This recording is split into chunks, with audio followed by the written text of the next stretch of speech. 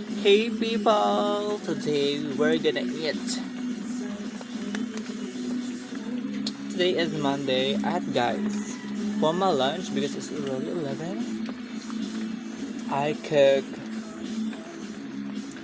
tuyo. Ano siya, sauté tuyo. Sauté tuyo.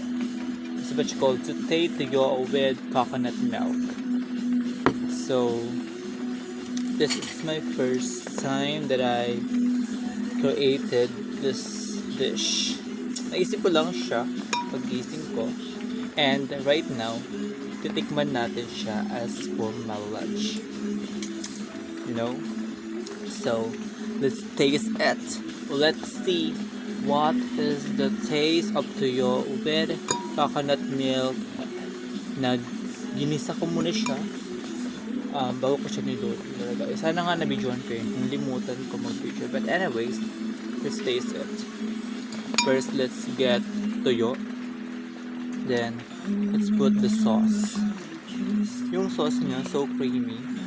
Talagang, the coconut milk is lutong-luto siya. So, let's taste it.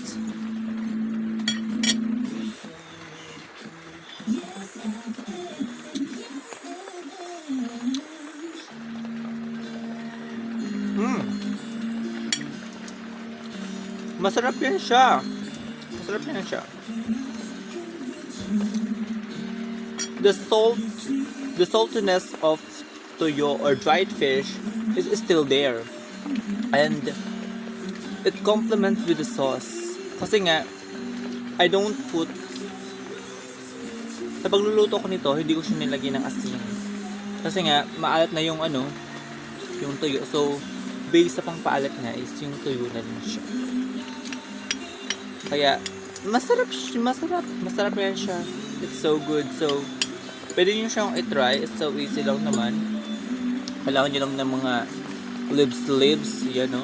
Mga talbos ng kamoting ganap. Or, talbos ng kamoting kahoy. You can use it for this. For a very healthy dish.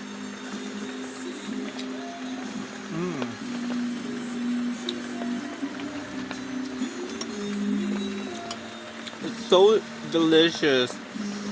The taste of sauce, it's so nice. Masarap talaga siya, guys. Hindi ko inakala na I can cook like this dish. Naisip ko lang talaga siya kanina pagising ko.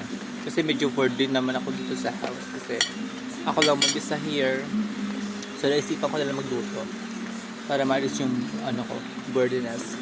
Boredness! Talaga.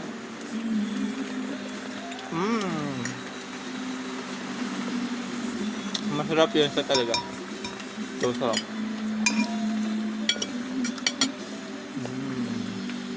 And you know what, guys? I really like getting silly. Masarap kasi siya. Hindi naman siya masyadong maanghang for this dish. And masarap nang nilagyan ko siya ng ganito mga talbos-talbos from our background ay sa aming bakuran. Kinuha ko lang siya dito. So nice. Masarap talaga siya. Hindi ko I did not expect na it will taste like this.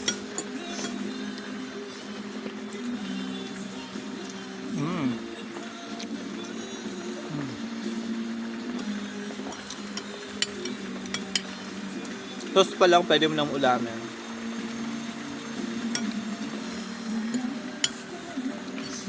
Kasi hindi ko siya masarap talaga siya. Sauce pa lang, masarap na siya. Kasi talagang pina-oil ko pina-boil ko talaga siya hanggang makuha ko yung gusto kong consistency. Yung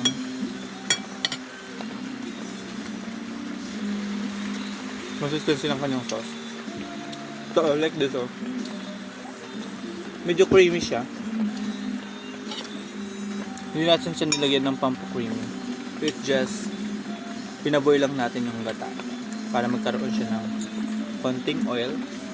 Kahit naman, gilisan natin siya with konting oil din. Masarap siya. You can do it at your home. Magagawa nyo siya sa bahay. Yun. Sarap.